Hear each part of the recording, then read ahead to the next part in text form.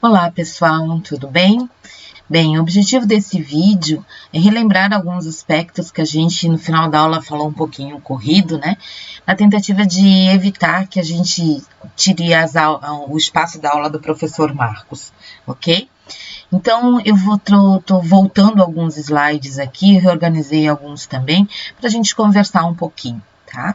Então, embora muitas das propriedades da água em relação à sua função solvente, elas possam ser explicadas em termos de uma água não carregada, né? Uma das características muito importantes associadas à água é a capacidade de ela se ionizar. As moléculas de água tendem a ionizar-se de maneira reversível, tá? E dessa forma, isso também deve ser levado em consideração no estudo dessa molécula tão importante nos sistemas biológicos. Então, elas têm essa leve tendência a ionizar-se, essa ionização é reversível, e durante esse processo de ionização, um íon hidrogênio, um próton e um íon hidróxido vão ser gerados, né, de forma equilibrada, observando-se como essa equação que está disposta aqui para vocês, ok? Os prótons livres, na verdade, OH+, eles não existem em solução.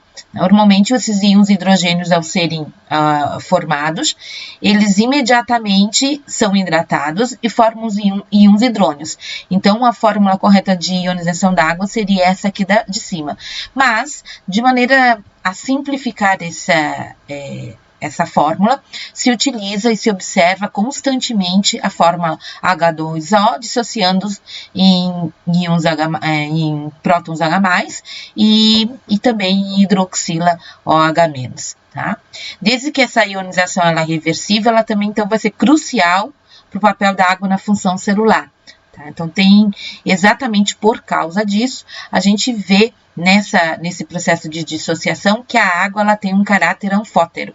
Ela pode tanto ser receptora de prótons, ou seja, atuando como uma base, como ela também pode ser uma solução, ter uma característica de doar seus prótons, fazendo um papel de um ácido, tá? Isso é que significa ser ou ter um caráter anfótero, pela definição de Bronsted e Lowry, tá?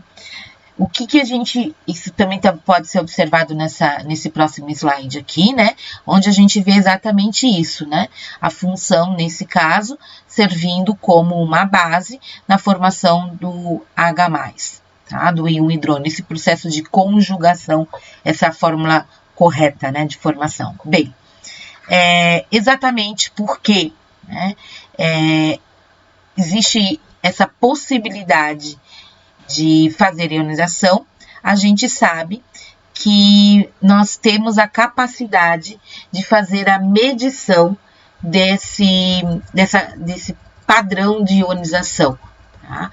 E nós utilizamos para isso, né, para definir a concentração de reagentes numa determinada solução, é utilizada a fórmula chamada do constante de equilíbrio, né, K e Q, algumas vezes expressa simplesmente por K. Tá? Essa constante de equilíbrio ela é definida sempre em termos de concentrações dos reagentes. Então, nessa fórmula aqui, né, os reagentes A e B estão sendo transformados em C e D. E a fórmula é exatamente isso, né? As concentrações dos produtos, né, sobre a concentração dos reagentes. Né? Quando a gente pensa na dissociação da água, né, a gente poderia, então, observar que essa constante de equilíbrio, ela seria igual à concentração dos produtos do processo de ionização, que seriam o H+ e o OH-, né, sobre a concentração do reagente, que seria a própria água.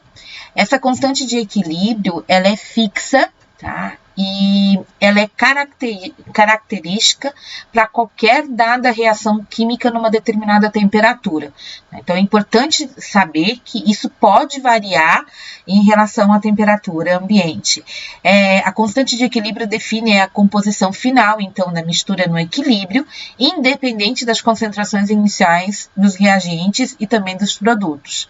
Ela inversamente, ela também é possível calcular a constante de equilíbrio para uma reação, tá? Se forem conhecidas, obviamente, as concentrações de equilíbrio dos reagentes e dos produtos.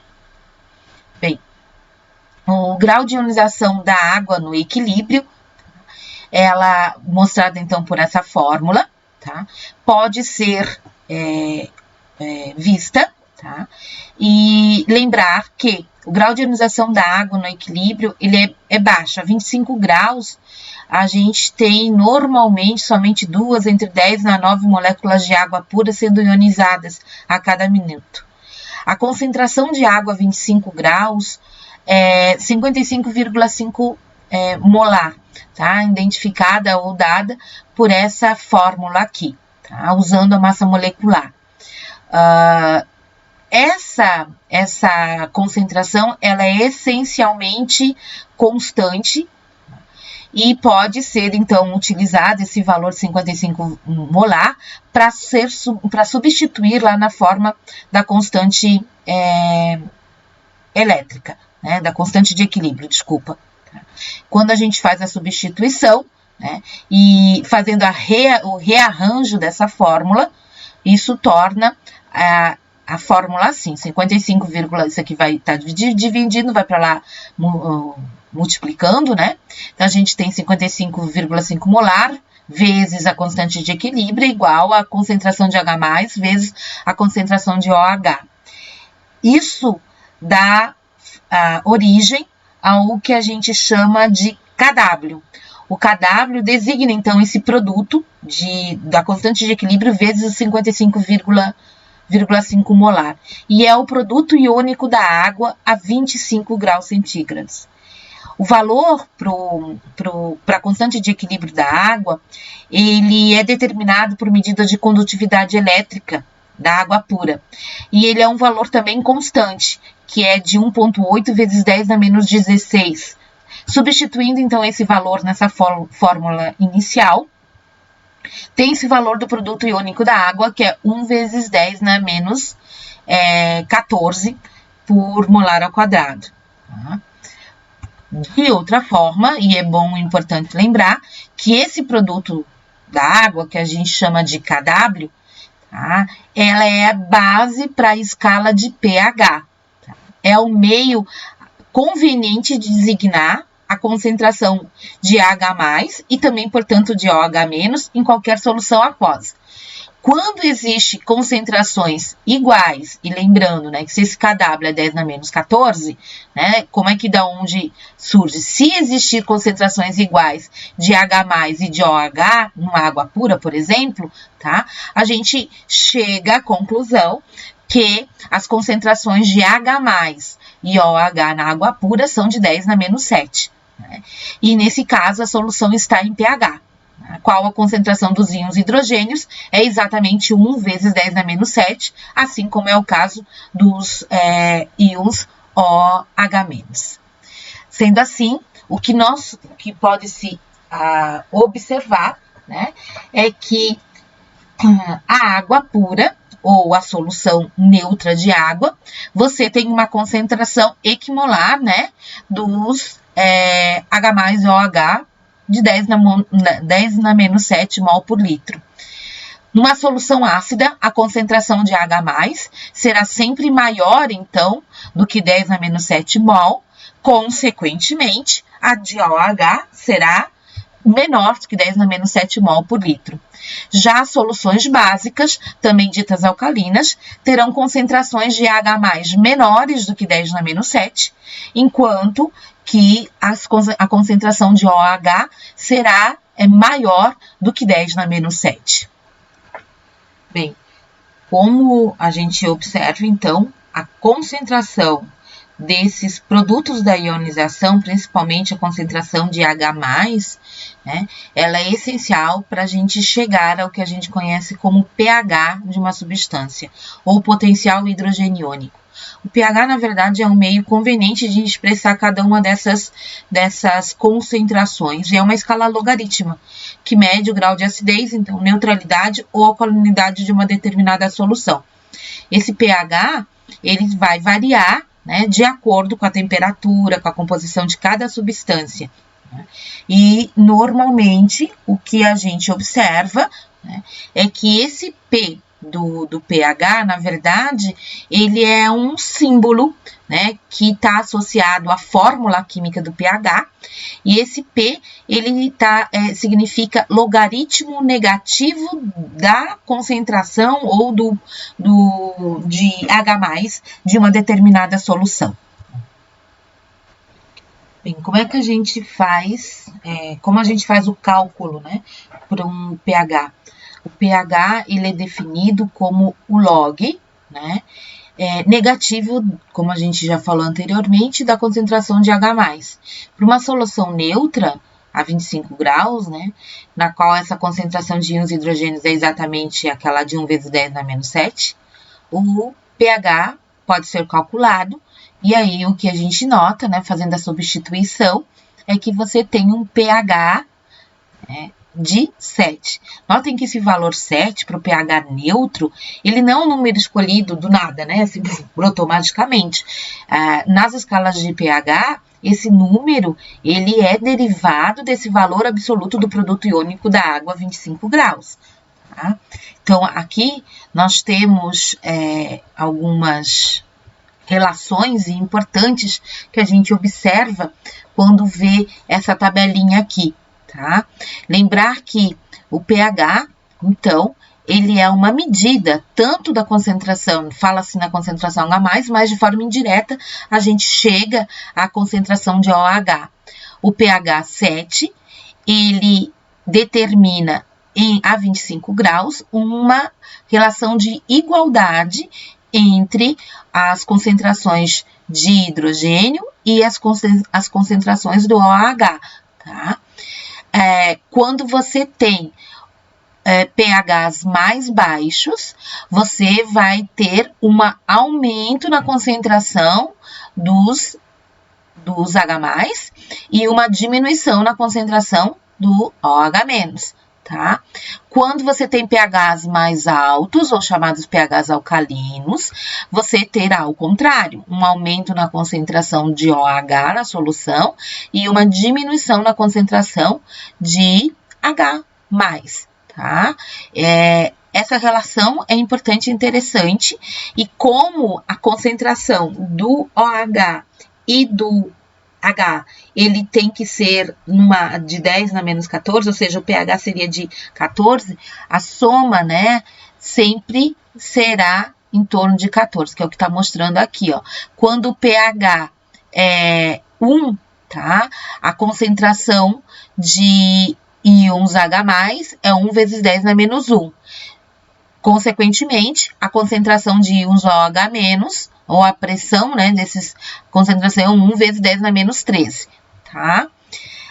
Lembre-se que essa escala, é importante lembrar que essa escala do pH, ela é, né, uma escala logarítmica e não aritmética, né? E isso significa que se duas soluções diferem em pH em uma unidade, essa unidade de 6 para 7 não é uma, né? Significa que você tem 10 vezes mais concentrações de íons H+, numa solução do que uma outra. Isso é algo bastante considerável, principalmente em sistemas biológicos, onde a capacidade de suportar alterações de pH são bastante pequenas. Tá? Bem, como é que eu posso fazer medição de pH? Como o pH é uma característica muito importante, ele pode ser medido. Tem várias formas de fazer medição, né? As fitas reativas é um método que a gente chama de colorimétrico.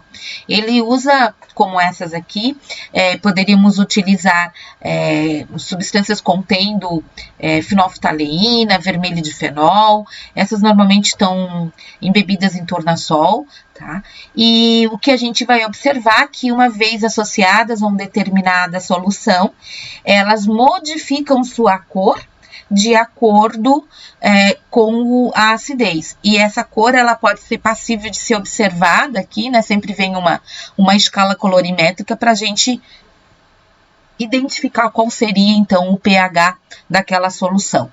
Agora, determinações mais precisas, né, do pH em laboratório ou clínicas, no caso da gasometria, que é essencial em situações emergenciais, principalmente, vocês vão estudar isso lá na bioquímica fisiológica, na segunda fase, elas têm que ser feitas com um aparelho, digamos, mais confiável, né?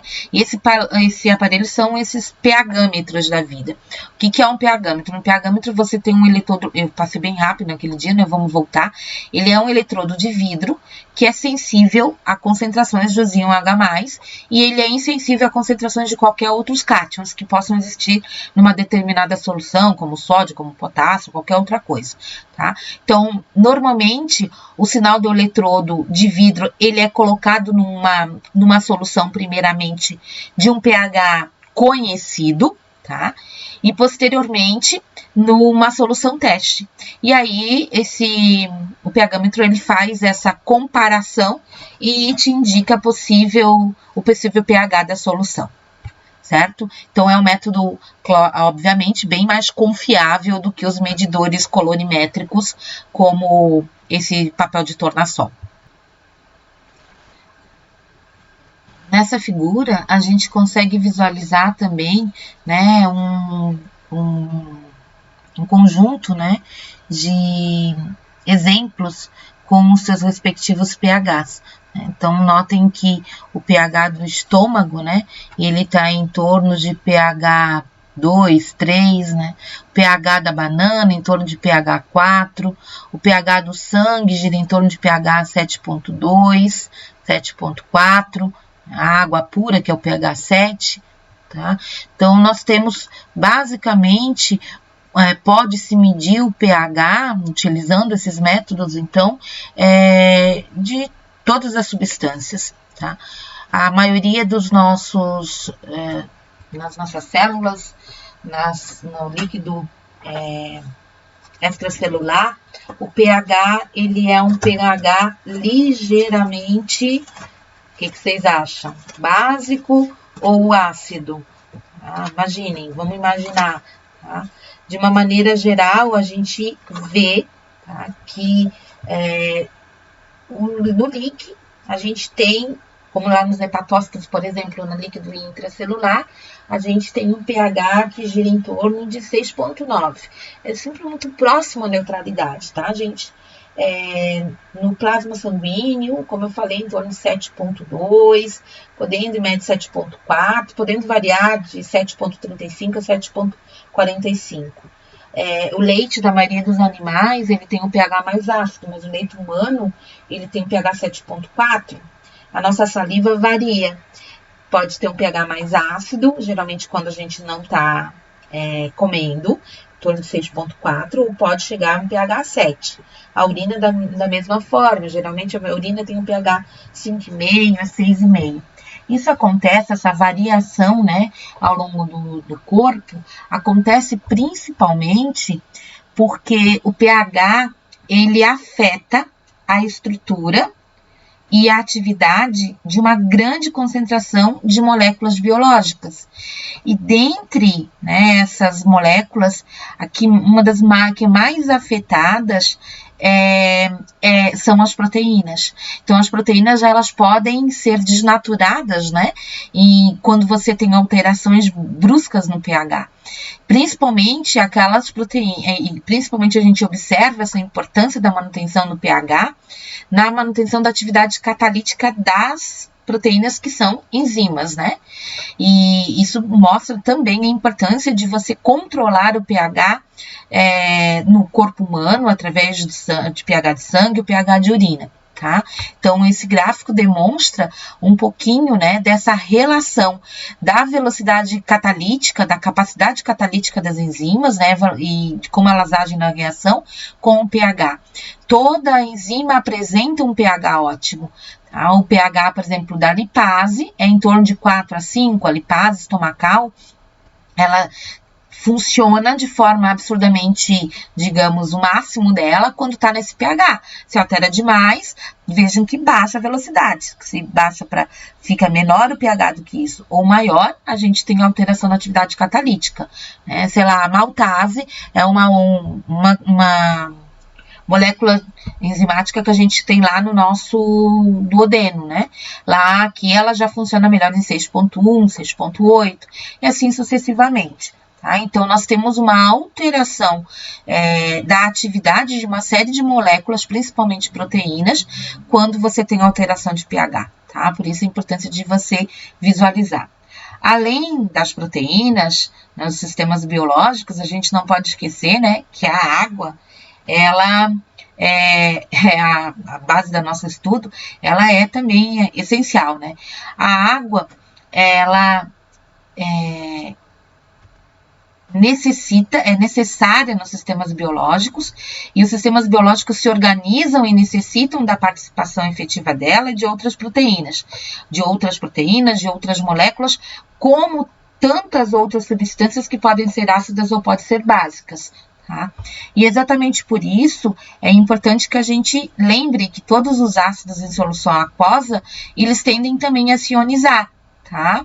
E todas as bases da mesma forma, mas existe uma diferença substancial no grau de ionização, por exemplo, de um ácido, de acordo com o quão forte ele, ou quão fraco ele é. Então, como a gente sabe, de acordo com o nosso definição lá de ácido, os ácidos seriam substâncias que doam prótons em solução e as bases são substâncias que recebem prótons em solução. Os ácidos, como o ácido clorídrico, né, HCl, o ácido sulfúrico, o ácido nítrico e bases fortes como NaOH ou KOH, tá? Elas vão se dissociar e são completamente ionizadas. Entretanto, de uma maneira geral, tá? Essas bases, esses ácidos fortes ou essas bases fortes, elas não têm tanto interesse para os bioquímicos, porque elas não são observadas em grande quantidade nos sistemas biológicos. Então, o que mais interessa aos bioquímicos é o comportamento, na verdade, de ácidos e bases que são conhecidas como fracas, porque eles não são completamente ionizados quando dissolvidos em águas. E esses que estão nos papéis, nos sistemas biológicos e que acabam desempenhando, então, papéis importantíssimos no metabolismo e na regulação. Tá? Então, a gente busca esses ácidos, ou vamos falar um pouquinho sobre a ionização desses ácidos fracos, tá? Que da mesma forma podem ser medidos, né, a partir da constante de equilíbrio, como a gente viu na própria água. A tendência de qualquer ácido, né, que é determinado, que é representado por a sigla que é H+, de perder prótons e virar, então, perder os prótons e virar sua base conjugada, caracterizada como A- aqui, é definida, então, pode ser também definida por aquela constante de equilíbrio que a gente falou lá, que é a constante K. Tá? Da mesma forma, utilizando utilizando a mesma fórmula, essa constante de equilíbrio, ela está associada à concentração dos produtos, né? No caso, a H+, e a base conjugada, aqui dita como A-, tá? Sobre a concentração do reagente ou do próprio ácido. Então, essas constantes de equilíbrio das reações de ionização, elas são chamadas também de constantes de dissociação ou de ionização. Quando fala-se em ácido fraco, a gente também usa ou vê muito a terminologia com Ka, né, de constante do ácido.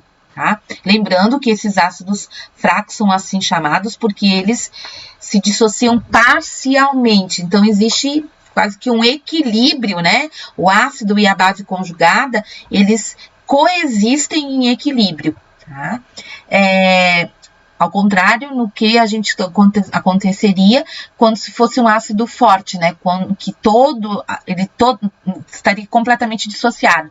Aqui a gente sempre tem reagentes e produtos ao mesmo tempo. Olhando essa fórmula especificamente, né? É algo importante que a gente visualize aqui, tá? E que é uma forma de medir, então, quão um ácido é forte ou fraco. Quanto maior a concentração de H+, né, quanto mais dissociado estiver, né, quanto mais foi ionizado, né, a gente vai ver que você vai ter um aumento no valor do K. Então, são medidas diretamente proporcionais. Tá? Quanto mais H+, maior o K e menor a concentração do ácido em si, né? Porque ele está se dissolvendo ou está dissociando aqui nos seus produtos. Então, isso é matemática e é importante que você entenda isso também, tá? Além de a gente observar, né, essa fórmula, então, associada à constante elétrica, que, como a gente viu, determina, né, consegue-se observar que quanto maior a constante de equilíbrio de dissociação do ácido, né, você tem uma proporção real, né, e direta com a concentração de H+. Um outro método conveniente para expressar a constante dessa dissociação, que é o do ácido, é a forma de pK, né? Lembrando que esse P significa log negativo. Então, a gente pode dizer que o log negativo de Ka, né, ele é inversamente proporcional à capacidade de dissociação. Não entendi, tá? Como assim, professora? Quanto mais forte o ácido for dissociado, menor o seu pKa. Então, o que a gente vê aqui nessa tabela? Nós temos valores de K, né, valores da constante de dissociação, associados ao valor de pKa, né? Que são inversamente proporcionais. Então, o que se espera? Quanto mais forte for um ácido, maior o seu K, sua constante de dissociação. Então, olhando aqui, a gente vai ver qual que é mais. Aqui, ó, tem 7,25 vezes 10 na menos 3. O ácido fosfórico. O ácido fosfórico, dentre todos esses ácidos aqui, tem o K maior. Então, ele, né, tem maior poder de se dissociar. E desta forma é o ácido mais forte. Vamos comprovar em relação ao pKa, ele tem que ter o menor pKa. E se você realmente observar, ele vai ter o menor dos pKas. Então, aqui, 2,14. Então, eu posso ver o grau de ser ou não forte de um ácido, tanto pelo K quanto pelo pKa, tá? São duas formas. O pKa em si, tá? Ele pode ser utilizado, ele pode ser medido por um processo que a gente chama de titulação, no qual se formam curvas de titulação, tá? Então, o que seria essa prática, esse procedimento que a gente chama de titulação? No procedimento de titulação, você precisa de alguns elementos básicos, né? Como a gente falou na segunda-feira, precisamos de uma bureta, que é como se fosse uma pipeta Pasteur, que apresenta uma torneira, então ela tem como você controlar a saída de líquido dentro dela, né? Que vai ser posicionada num suporte universal, né? E no interior da bureta, em geral, se coloca uma substância com concentração conhecida. Um exemplo que a gente está dando aqui é como vai ser feito a medição, a titulação, na verdade, ela é usada para determinar a quantidade de um ácido, o pH de um ácido em uma certa solução. Então, nesse caso aqui, o exemplo, a solução dentro da bureta é do NaOH, sempre numa concentração conhecida. Abaixo, então, da bureta, você tem um Erlenmeyer com a solução que você quer saber a concentração. Nesse exemplo aqui, o HCl. Juntamente com ela, você tem a presença de um indicador. O indicador mais utilizado nas titulações para fazer curva é a fenolftaleína.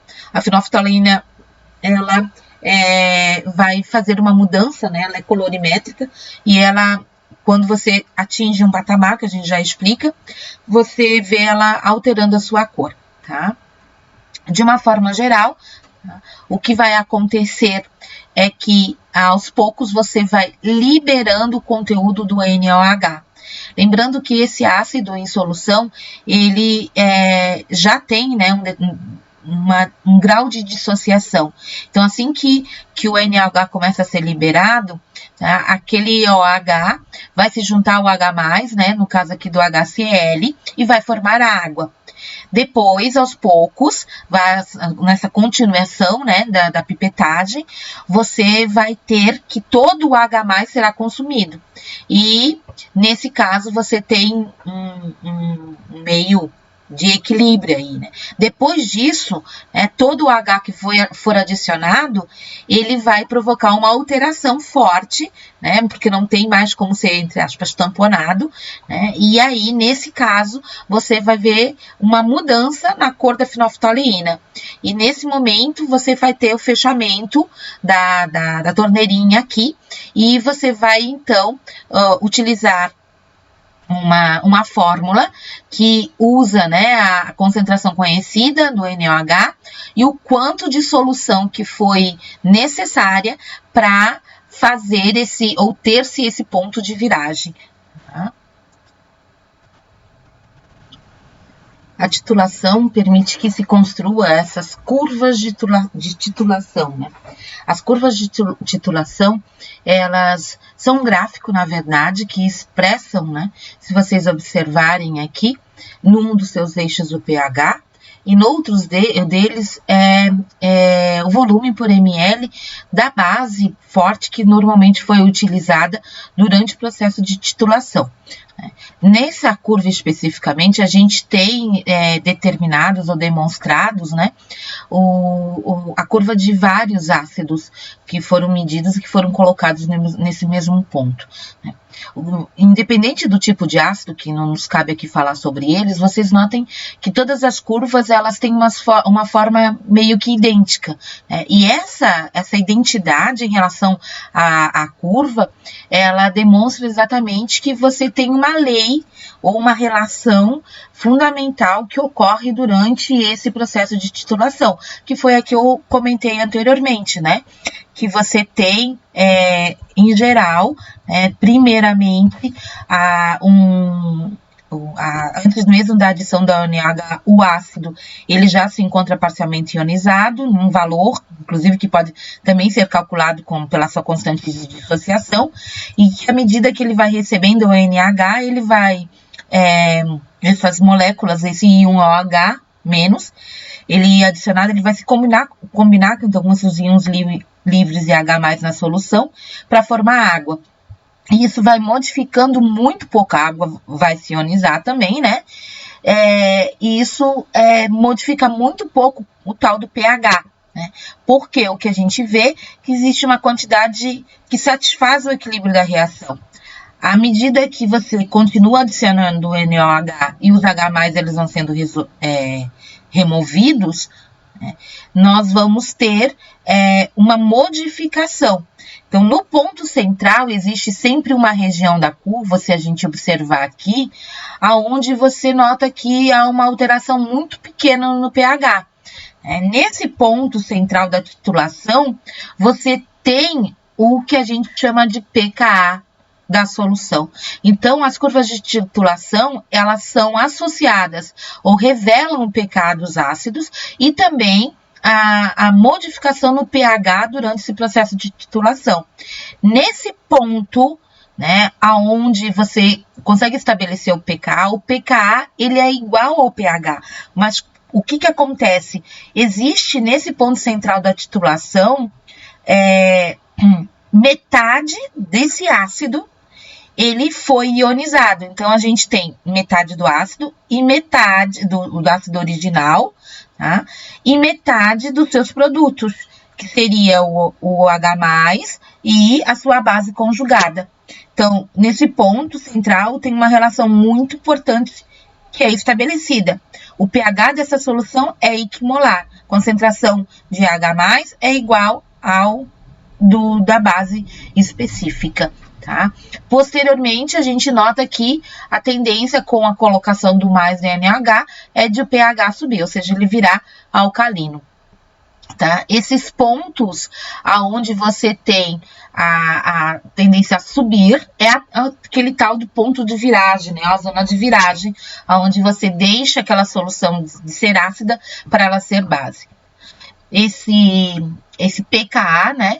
Ele pode ser medido, essa relação quantitativa entre o valor do pKa e do pH de uma solução formada pelo parácido base conjugado, é medida pela equação de Henderson-Hasselbalch, tá? Que nos diz que o pH é igual ao pKa mais o log da concentração da base conjugada sobre a concentração do ácido. Nesse ponto específico, né, onde você tem o pH e o pKa, como eu falei, você tem uma relação equimolar, ou seja, uma quantidade igual da concentração do ácido, né? Metade desse ácido foi dissociado na sua base conjugada. Então, a concentração é igual. Quando a concentração é igual, a divisão aqui fica 1. E o log de 1 é 0, né? Então, qualquer coisa somada a 0 é ele mesmo. Por isso que a gente diz que nesse momento onde você tem 50% de todo aquele ácido sendo dissociado, o pH é igual ao pKa. Tá?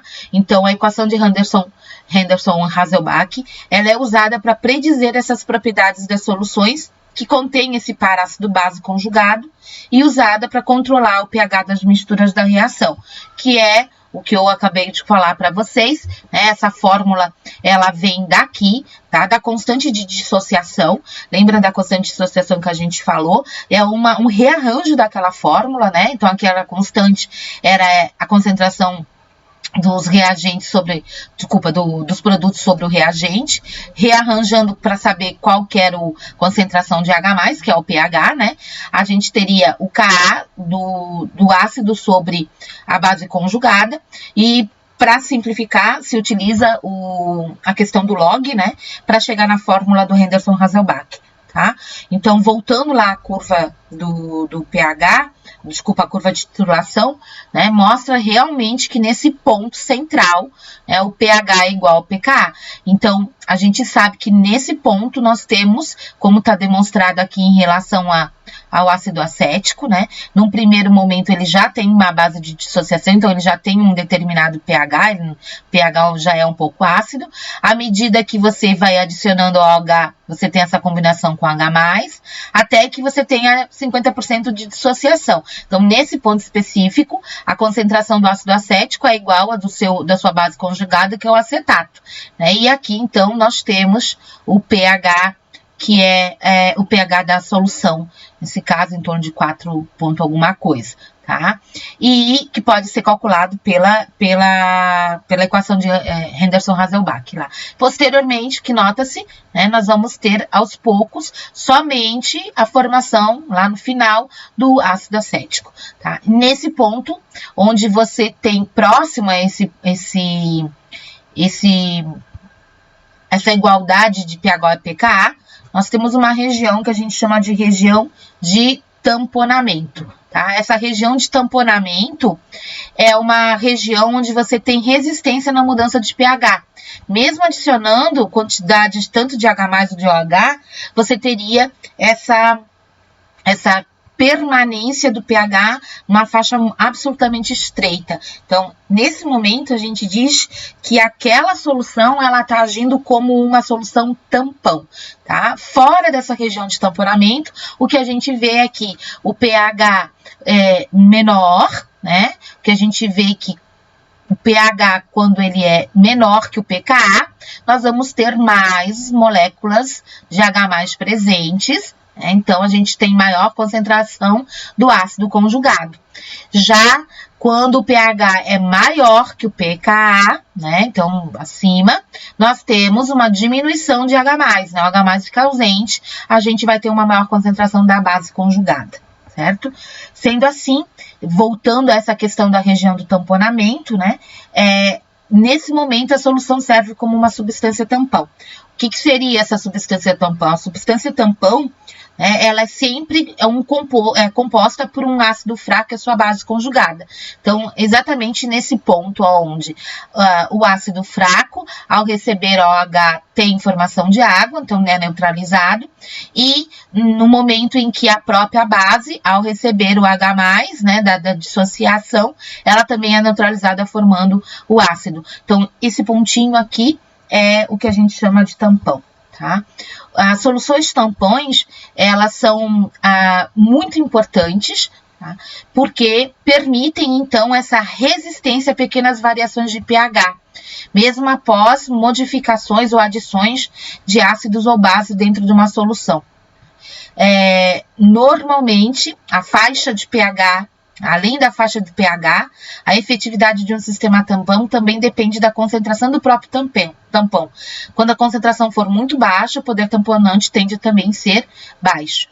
A presença de sistema tampão é importantíssima na questão do nosso metabolismo, tá?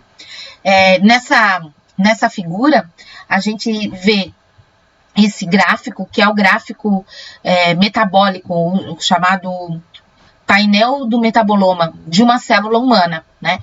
Como eu comentei a vocês, cada um desses pontinhos seriam reagentes e que estariam virando produtos e que estariam sendo, para isso, utilizados substâncias como as proteínas, né? Ou moléculas como as proteínas.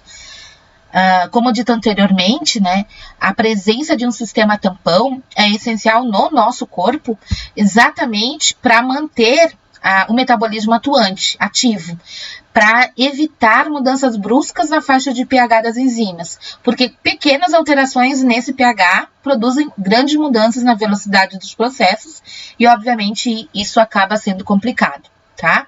Cada uma das proteínas, das enzimas, que são formadas por diferentes grupos ionizáveis, com seus respectivos pKs, tá?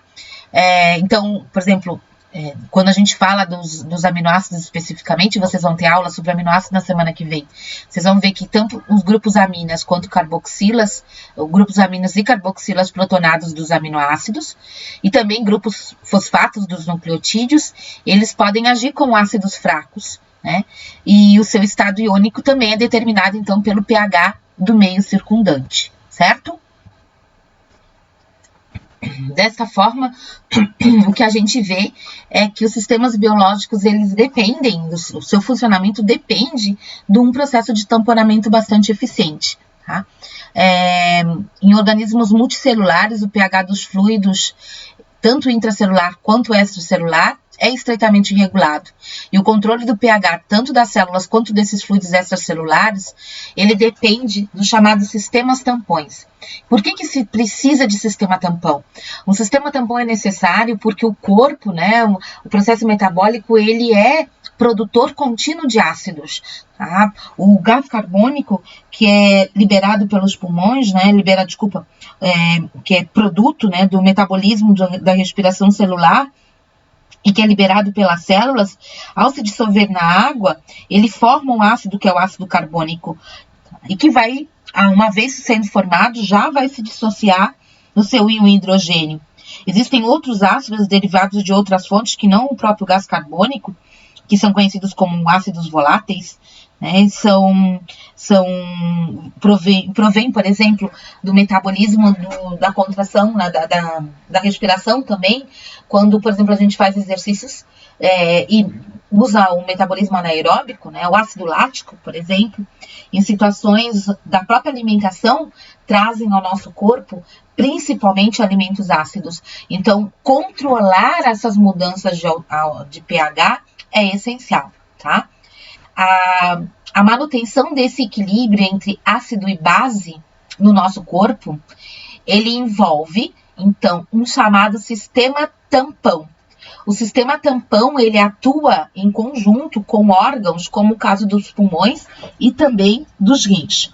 Como é que funciona isso? Vamos lá. Principais sistemas tampões presentes no nosso corpo, estão colocados nessa tabela. É importante lembrar que hoje nós vamos dar apenas uma pincelada de tudo isso, porque isso é um conteúdo da bioquímica fisiológica, tá? Mas vamos lá. Os sistemas tampões, o principal tampão que está associado à neutralização desses íons hidrogênios liberados pelas células é o chamado tampão bicarbonato, tá? O tampão bicarbonato, ele atua como um tampão extracelular, principalmente, tá? É o principal tampão no interior do nosso corpo. Além dele, nós temos o chamado tampão hemoglobina. A hemoglobina, como vocês sabem, é uma proteína e ela é o segundo mais importante tampão do nosso sangue. Entretanto, ela tem uma atuação, a hemoglobina, vocês sabem, ela é uma proteína intracelular nas hemácias. Então, o poder tamponante da hemoglobina é no interior das hemácias. Tá? Nós temos outros tampões de outras proteínas que também auxiliam nesse processo tamponante, tá? E elas podem tanto atuar no líquido extracelular, como é o caso da albumina. A albumina é uma proteína presente no sangue e que tem uma influência bastante importante como tampão, tá? E também atuam no interior das células de uma maneira geral, tá? Tendo alguns H+, então se associando a essa proteína, ou, né, a dissociação, a base, né, a dissociação dessas proteínas ácidas podem servir também como base, tá? E, por último, no interior também das células, nós temos o chamado tampão fosfato. O tampão fosfato, ele tem uma atuação principalmente no interior da célula, mas também pode atuar no ambiente extracelular, quando a gente vai observar isso lá nos rins, ok? De uma maneira geral, esses sistemas tampões, eles estão atuando de forma conjunta. Como assim? Eles atuam ao mesmo tempo, mas de forma efetiva, a gente observa que se um ácido forte for adicionado no sangue, a gente vai ver primeira ação do tampão bicarbonato, seguido da ação da tentativa de tamponamento da hemoglobina, posteriormente das próprias proteínas plasmáticas e em seguida do fosfato, tá? Então, você tem por concentração, você também observa que existe uma ordem, né, digamos, mais observada em relação ao tamponamento das nossas células, ou tamponamento dos sistemas do líquido,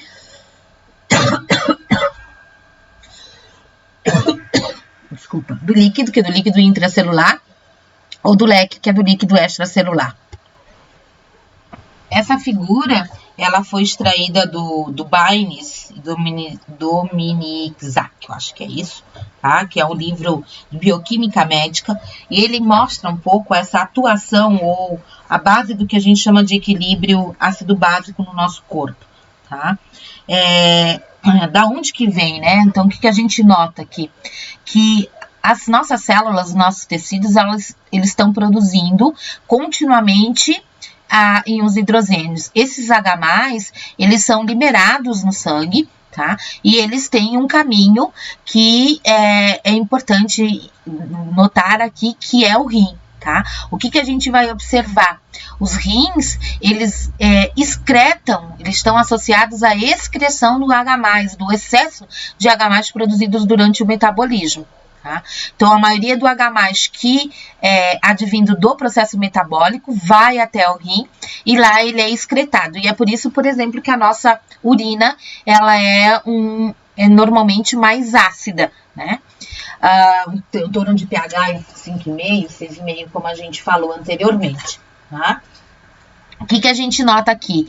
Além do H+, o dióxido de carbono produzido durante a respiração celular, quando ele é lançado no sangue, ele se associa à água e se transforma em ácido carbônico. Esse ácido carbônico, ele ele tem, né, quando você tem essa formação de ácido carbônico normalmente no interior dos eritrócitos. Por quê? Porque lembra que o gás carbônico, quando ele sai da célula, ele é trocado pelo oxigênio, né? O oxigênio do interior das hemácias, que está ligado com a hemoglobina, sai e entra o gás carbônico. Mas antes de se ligar o gás carbônico, como está mostrando aqui na figurinha, ele vai se unir no interior das hemácias com a água e vai ser convertido no que a gente chama de ácido carbônico. Isso é possível porque no interior dos eritrócitos, no interior das hemácias, como também existe no pulmão, como existe também nas células de rim, existe uma enzima chamada anidrase carbônica. A anidrase carbônica, ela vai permitir essa conversão em ácido carbônico. Uma vez formado o ácido carbônico, ele prontamente vai ser dissociado, né, em uns H+, e na sua base conjugada, que é o bicarbonato. Tá?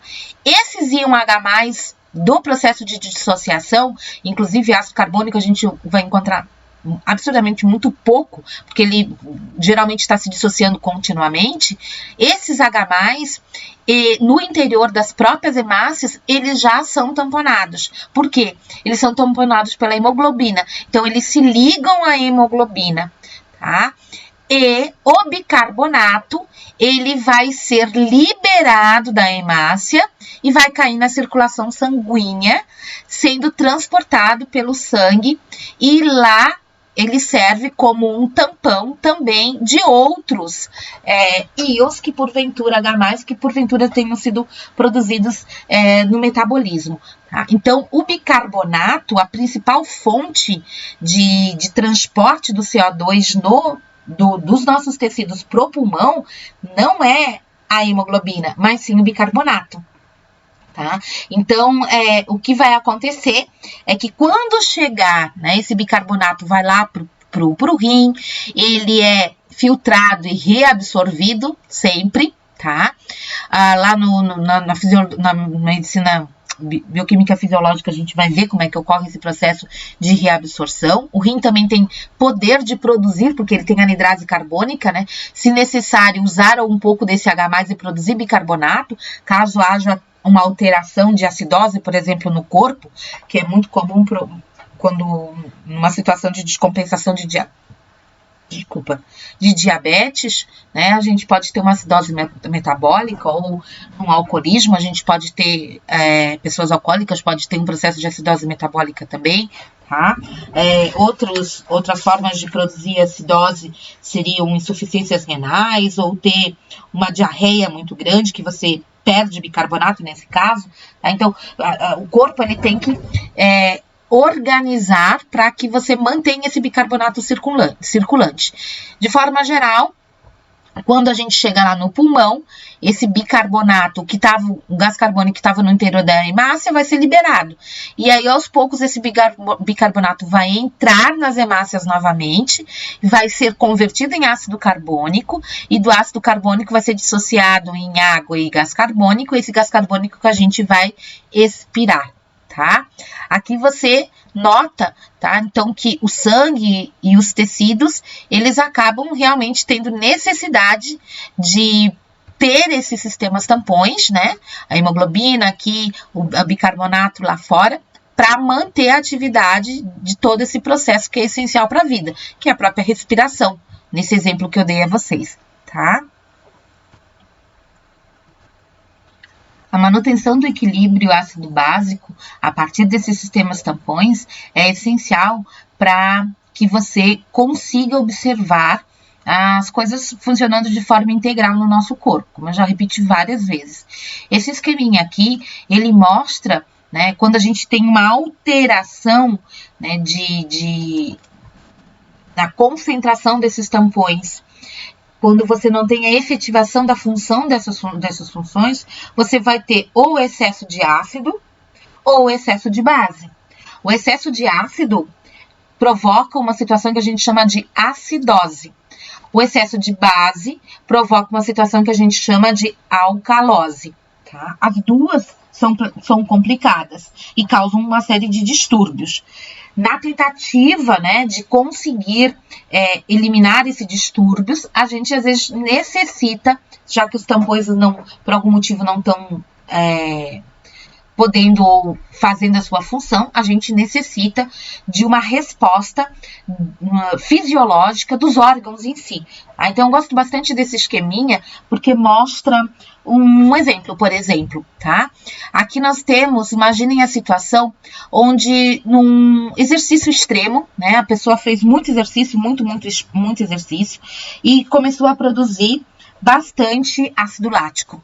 O ácido lático, ao se dissociar, ele incrementa a concentração de H+ nesse sistema como um todo.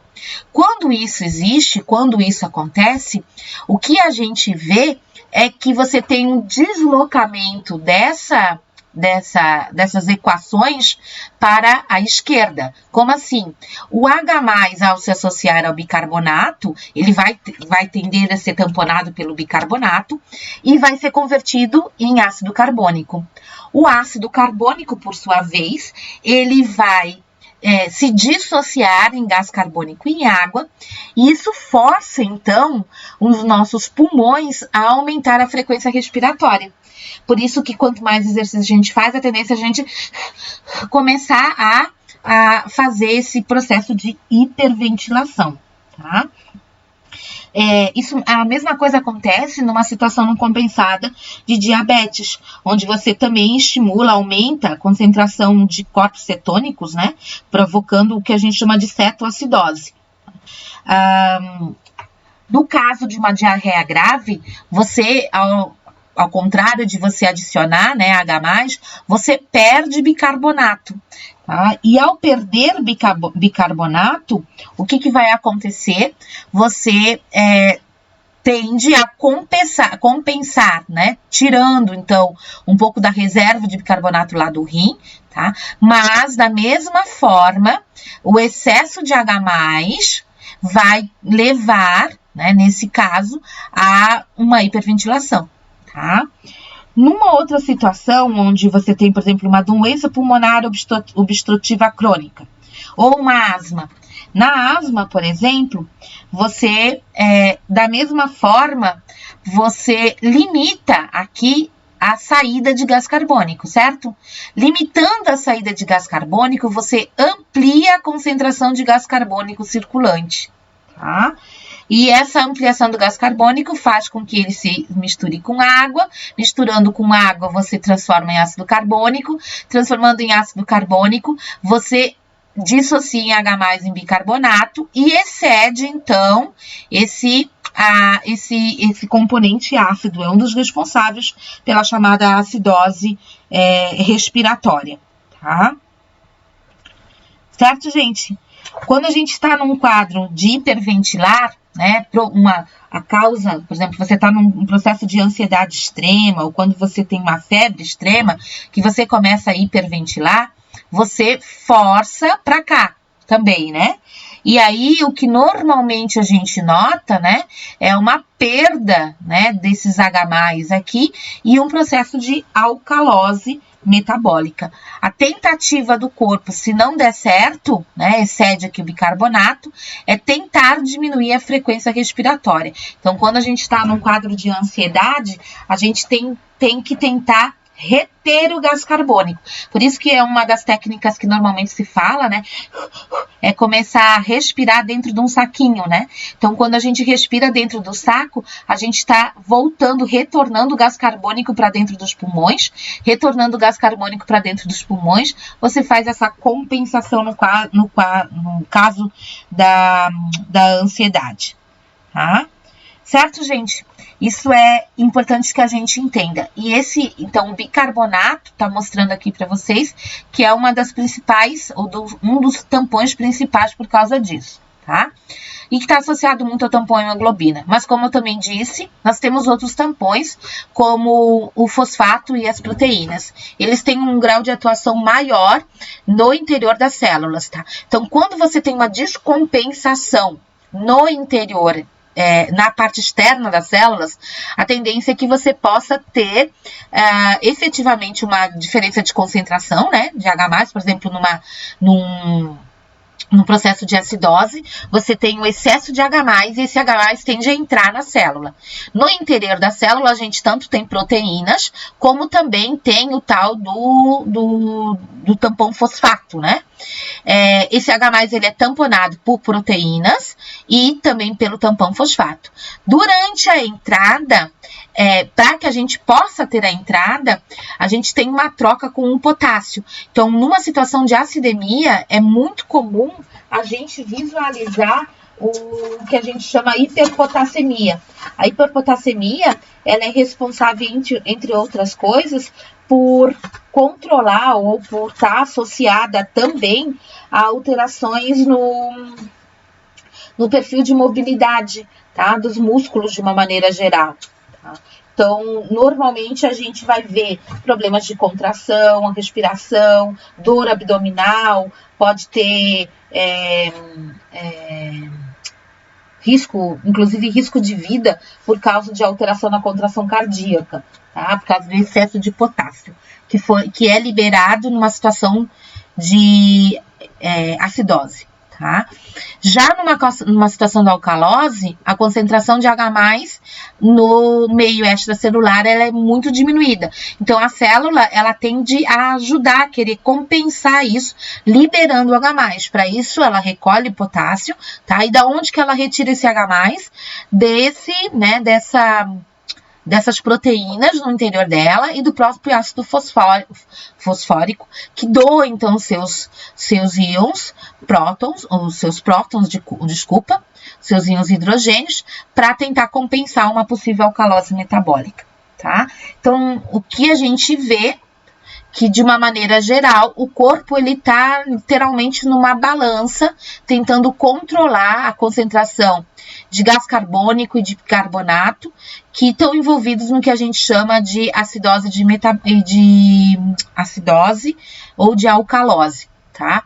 Nessa figura, nós temos a parte metabólica básica desse processo, tá? Onde você tem aqui o que acontece na acidose, tá? Metabólica, ou na respiratória, lembrando que quando a gente fala de acidose metabólica, você pode ter ou uma diminuição do bicarbonato, levando a isso, ou um aumento na concentração de H+, né, provocada pelo aumento na concentração de gás carbônico circulante, tá?